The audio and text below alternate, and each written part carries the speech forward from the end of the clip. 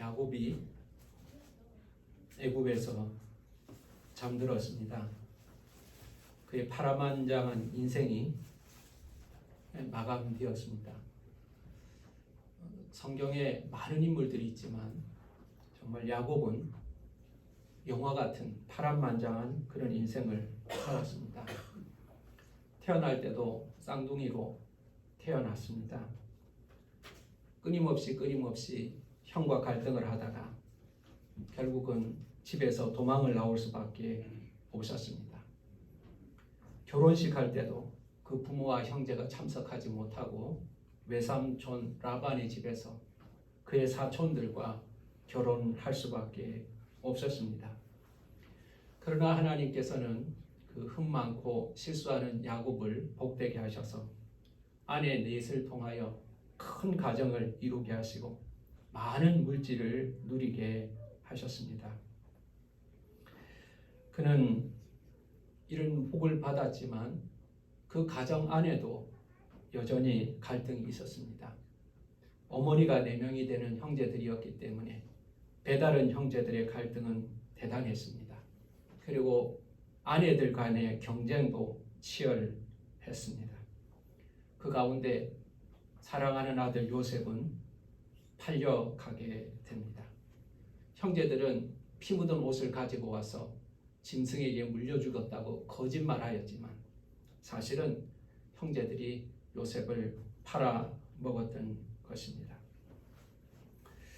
그러던 인생의 마지막 기간 어느 때 큰 기근이 들게 되고 그 기근으로 말미암아 애굽에 양식을 사러 갔던 아들들이 돌아와서 상상할 수 없는 이야기를 합니다. 죽었다고 믿고 있었던 요셉은 죽지 않았고 애굽에서 총리가 되어 있다는 말입니다. 여러분, 도저히 믿기 힘든 이야기입니다. 그러나 그 이야기는 사실이었습니다. 그는 애굽으로 내려가야 하는지 근심하고 있을 때 하나님의 응답을 받고 애굽으로 내려가죠. 그리고 그리운 아들을 만나게 됩니다. 그는 150명의 친족들과 함께 애굽으로 내려가서 요셉이 예비한 고센이라는 땅에서 풍성하게 살게 됩니다. 유목을 통해 떠돌아다니던 가족들이 이제는 하나님께서 허락하신 고센이라는 좋은 땅에서 안정적인 삶을 살게 되는 것입니다. 잃었던 아들도 찾았습니다. 좋은 땅도 얻습니다. 모든 것이 풍성합니다.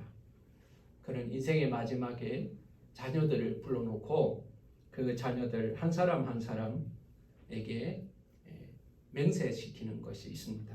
뭔가 자신을 애굽에 매장하지 말아달라고 말합니다.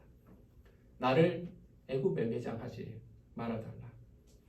그는 애굽에서 풍성하게 살았고 아들이 애굽의 총리였지만 그는 돌아갈 곳이 있다는 사실을 알았습니다.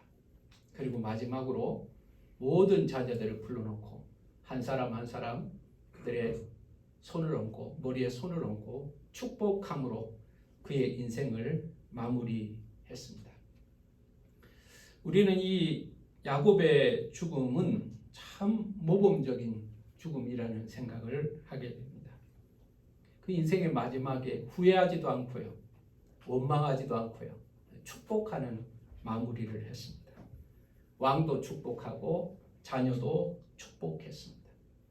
또한 그는 돌아갈 곳을 알았습니다. 애굽이 아무리 화려하고 좋아도 내가 가야 하는 곳은 믿음의 땅이라는 사실을 알았습니다. 그리고 그는 마지막까지 하나님을 경배하는 삶, 그 침상에서 하나님을 경배하였다. 성경은 기록하고 있습니다. 그 침대에서 하나님을 예배하는 삶을 살았던 겁니다. 요셉은 그의 아버지 얼굴에 굽으려 울며 입을 맞추었다. 그렇게 말합니다.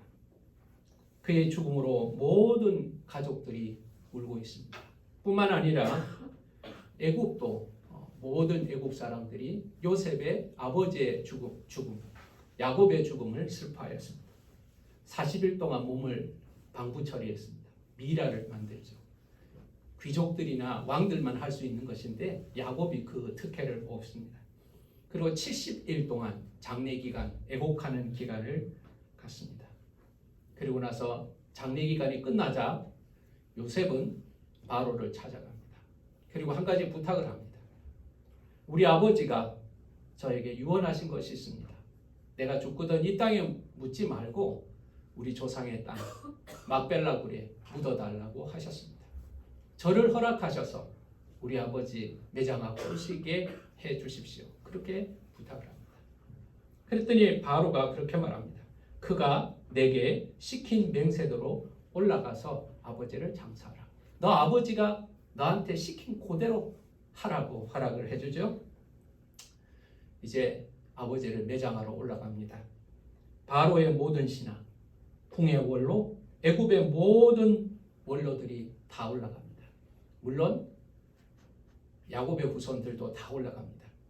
성경에 보면 어린아이와 가축을 제어하고 그의 온 집이 올라가는데 병거와 기병까지 군인들까지 호위하면서 올라갑니다. 엄청난 행렬이죠. 저는 이것을 보면서 미리 보는 가나안 입성과 같다는 생각이 듭니다. 미리 보는 가나안 행진이죠. 그는 올라가서 요단강 건너편에서 7일 동안 애곡을 합니다. 아버지를 위해서 슬퍼합니다. 얼마나 많이 슬퍼했는지 그곳이 슬픔으로 인하여서 지명이 생길 정도, 애굽이 여기서 울었다, 간절하게 울었다라는 지명이 생길 정도였습니다. 그의 할아버지 아브라함이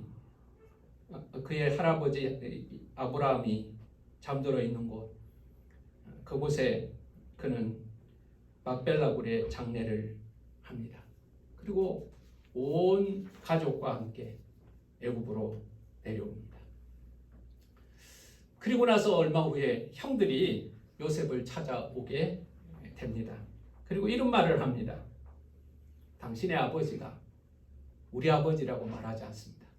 당신의 아버지가 명령하셨습니다. 너희는 이같이 요셉에게 이르라.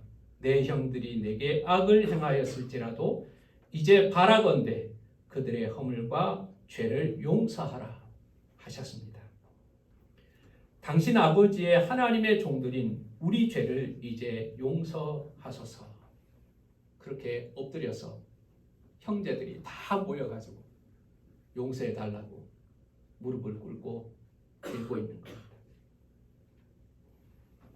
요셉은 그들이 하는 이야기를 듣고 너무나 속이 상해서 울었습니다. 요셉은 창세기에 보면 4번 웁니다. 4번 웁니다.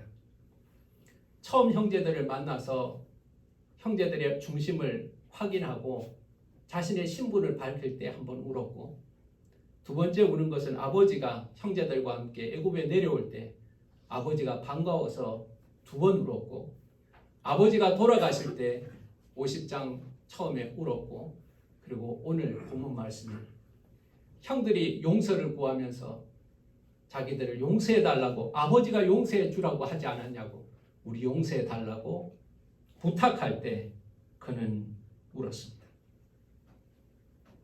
우리를 용서해 주세요. 우리는 당신의 종입니다. 거듭해서 형제들은 요셉에게 부탁을 합니다. 요셉은 너무나 속이 상해서 울었습니다. 사실 요셉은 이미 그 형제들을 용서하였습니다. 45절에 보면 요셉은 형제들에게 자신을 알리면서 형제들에게 이렇게 말합니다. 가까이 오십시오. 가까이 오십시오. 당신들이 나를 팔았다고 근심하지 마십시오. 당신들이 나를 판 것이 아니라 하나님이 우리의 생명을 보존하시려고 나를 여기에 보내신 것입니다. 당신들의 모든 소유를 가지고 와서 나와 가까이 하십시오. 그렇게 말해서 내려와서 잘 살게 되었습니다. 그게 벌써 17년 전의 일이었습니다. 요셉은 17년 전에 용서를 했던 겁니다. 17년 전에 용서를 했고 잘 살게 허락해 주었습니다. 그런데 형들은 다시 용서를 구하고 있는 겁니다. 왜 그러면 17년이 있다가 지금 다시 용서를 구하게 되었을까요? 여러분, 너무나 큰 죄를 저질렀다는 사실을 형제들은 알고 있었습니다. 조그만 죄는요, 야, 그건 넘어가자. 미안해. 그러면 넘어갈 수 있어요. 근데 엄청난 죄를 지었는데 사실 형들은 요셉에게 보상한 것이 아무것도 없습니다. 용서받기 위해서 한 것이 아무것도 없습니다. 요셉이 그냥 아무런 조건 없이 그냥 형들을 용서한 거예요. 이게 용납이 안 되는 겁니다. 내가 생각을 해봐도 나 같아도 용서를 안 해줄 것 같은 거예요. 나 같으면 용서가 안 되는 거예요. 그러니 요셉이 용서가 되겠냐고 그들은 생각한 거죠. 자기들 때문에 요셉이 얼마나 고생했는지 압니다. 귀한 부잣집 아들이 종살이를 했어요. 그리고 감옥에도 들어가서 젊은 날 대부분을 종살이와 감옥살이로 보내게 되었습니다. 살려달라고 형들 말 잘 듣겠다고 그렇게 울부짖는 동생을 죽이자고 하다가 팔아먹었다는 사실이 얼마나 충격이 되었겠습니까? 보통 사람이라면 그냥 넘어가지 않을 겁니다. 그냥 두지 않을 겁니다. 자기들이 생각해봐도 자기들이 요셉에게 한 행동은 용서받기가 쉬운 범죄가 아니었던 것입니다. 무슨 벌을 받아서 마땅하지 않음에도 불구하고 그들은 벌 대신 오히려 선대를 받았습니다. 양식도 주고 땅도 주고 편안하게 살 수 있도록 허락해 주었거든요. 여러분, 우리가 생각하기에 우리 죄가 너무 크고 나 같으면 용서가 안 되니까 나는 용서를 못 해줄 것 같으니까 아마 요셉도 용서를 안 해줄 거야 라고 생각을 했던 것 같아요. 두 번째는 아버지 때문에 지금 참고 있을 거라고 생각을 했습니다. 요셉이 우리에게 보복하지 않고 참고 있는 것은 아버지 때문이라고 생각을 했습니다. 아버지는 요셉에게 특별히 부탁을 했습니다. 내 형들이 내게 악을 행하였을지라도 이래 바라건대 그들의 허물과 죄를 용서하라. 아버지가 그렇게 말씀하시니까 아버지 말을 잘 듣는 요셉은 그냥 참고 있었던 거예요. 근데 아버지 돌아가셨으니까 이제는 아버지도 안 계시니까 우리한테 보복할 거야.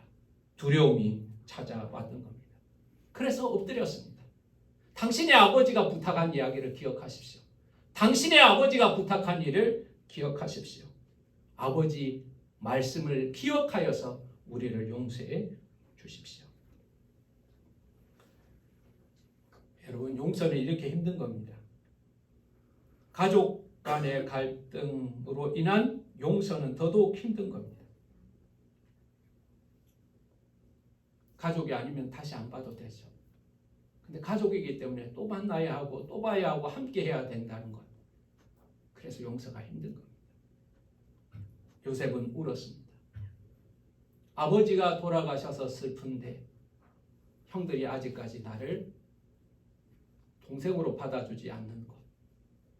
형들이 엎드려가 우리는 당신의 종입니다. 당신의 종입니다. 이렇게 간절하게 부탁하고 있는 이야기를 보면서 17년 동안이나 내가 정말 잘해주었는데 그래도 형들이 아직까지 나를 동생으로 받아주지 않았다는 것 때문에 너무나 슬펐을 것입니다. 내가 용서를 해 주었다고 하지만 용서받은 확신이 없기 때문에 그들은 두려웠던 겁니다. 복음이 그렇습니다. 복음은 착한 사람 구원하시고 적당한 죄를 용서해 주신다가 아니라 모든 죄를 용서해 주신답니다. 어떠한 죄인도 용서해 주십니다.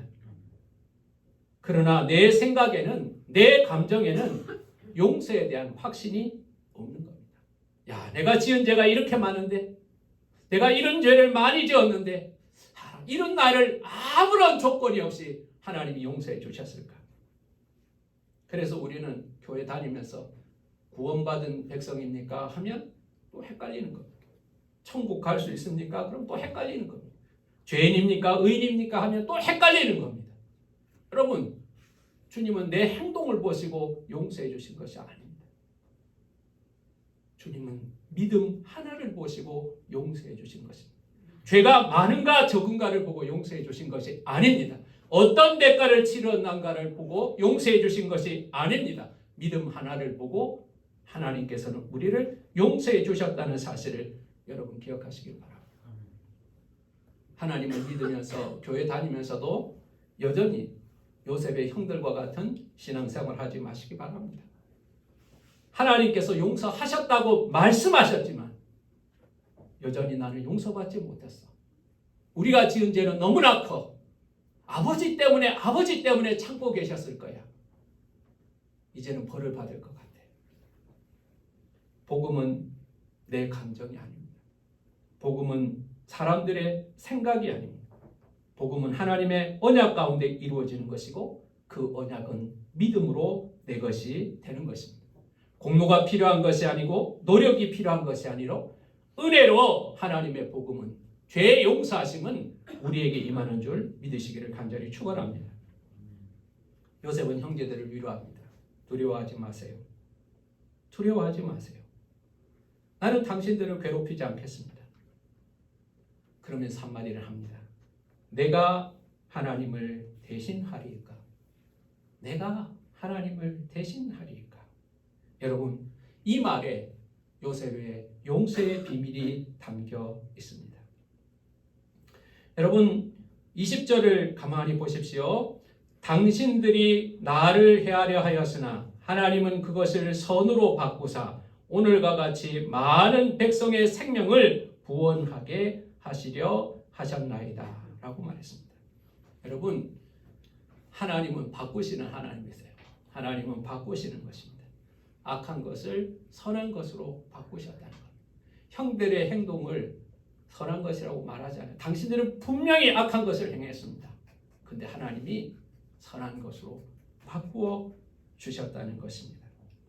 사랑하는 여러분, 당신들의 악한 행동이 나에게 악한 영향을 미치지 못하고 오히려 선하게 임하였습니다.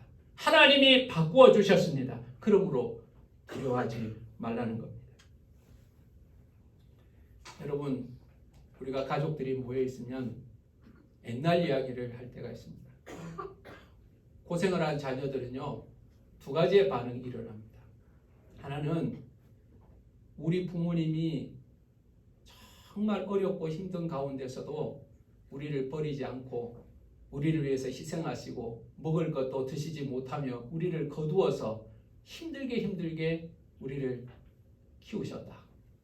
그래서 그 어려움 때문에 부모님의 은혜를 기억하게 되고 그 어려움 때문에 부모님을 더 사랑하게 되고 그 어려움 때문에 이 어려움을 이겨내려고 내가 노력해서 훌륭한 사람이 되었다고 고백하는 자녀가 있을 겁니다.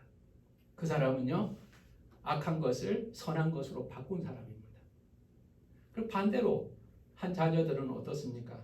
우리 부모는야, 내가 우리 집에서 잘못 태어나가지고 지지리도 가난한 부모 밑에서 능력 없는 부모 밑에서 태어나서 고생해서 내가 오늘 이 때까지 이렇게 살아간다고 말하는 사람도 있을 것입니다. 그는 악한 것을 악한 것으로 유지하는 사람이죠. 하나님의 은혜 안에서 하나님은 악한 것을 선한 것으로 바꾸어 주시는 분인 줄 믿으시길 바랍니다. 두 번째로 하나님이 행하신 것이라는 거예요. 이 사건은 하나님의 사건이라는 거예요. 형들의 사건이 아니에요. 나의 사건이 아니에요. 이 사건이 하나님의 사건이라는 거예요. 45장 5절을 보면요, 요셉이 형들에게 이렇게 말합니다. 당신들이 나를 이곳에 팔았다고 해서 근심하지 마소서, 한탄하지 마소서. 하나님이 생명을 구원하시려고 나를 당신들보다 먼저 보내셨습니다. 이렇게 말합니다. 여러분, 당신들이 나를 판 것 같지만 사실 그건 당신들의 일이 아니라 하나님의 사건이라는 겁니다. 하나님이 나를 여기에 보내시려고 당신들을 사용하신 것이라는 거죠. 여러분, 하나님께서 행하셨다고 말할 수 있는 것은 이 사건을 바라보는 것을 하나님의 일로 해석하는 눈이 열려 있기 때문에 그렇습니다.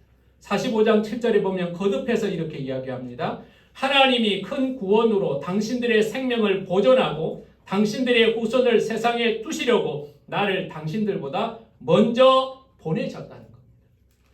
당신들이 나를 판 게 아니고 하나님이 나를 팔았다고 그 행동을 하나님 안에서, 그 사건을 하나님 안에서 해석하고 있는 것입니다.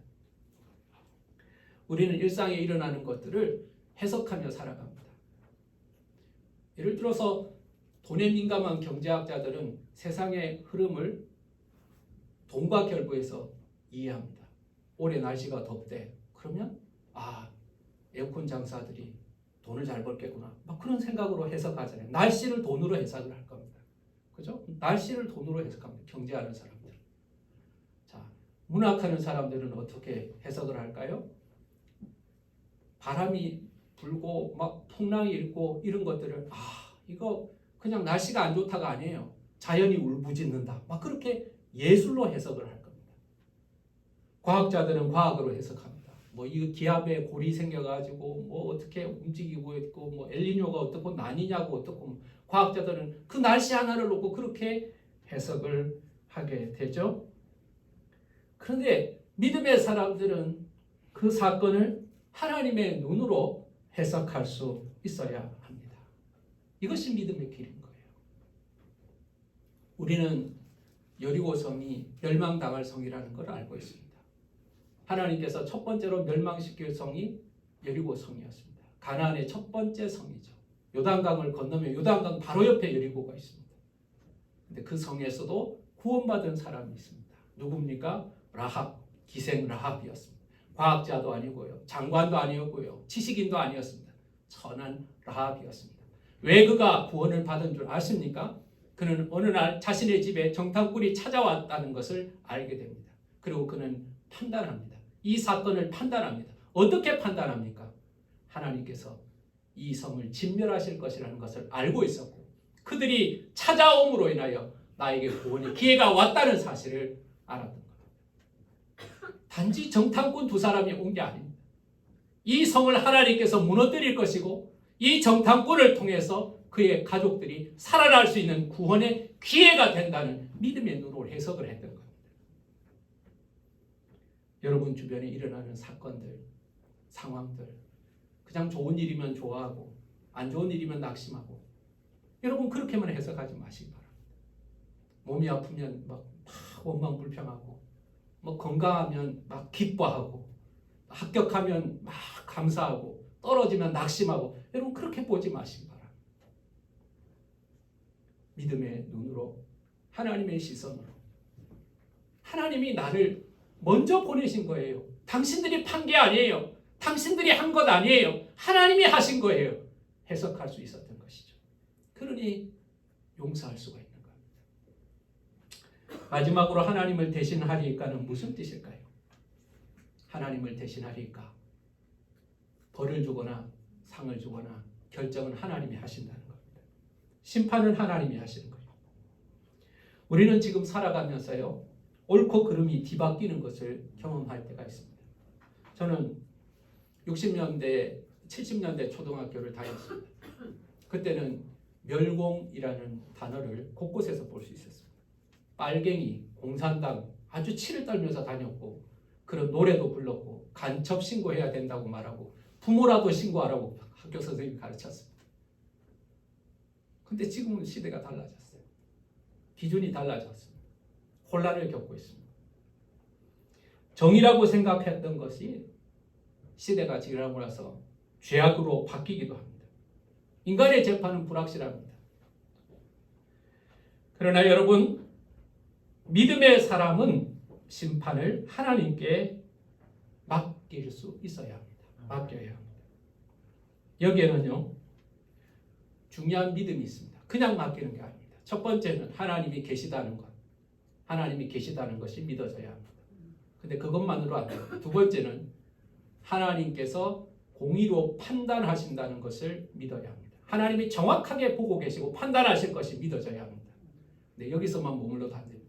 마지막 단계, 하나님께서는 보응하신다는 사실을 믿어야 합니다. 반드시 벌을 주신다는 확신이 있어야 합니다. 그러면 하나님께 맡길 수 있는 겁니다. 하나님이 심판하십니다. 그것이 확실하게 믿어지면 내가 사적인 보복을 하지 않더라도 평안할 수가 있는 겁니다. 내가 하나님을 대신하려고 할 때 우리는 실수하게 됩니다.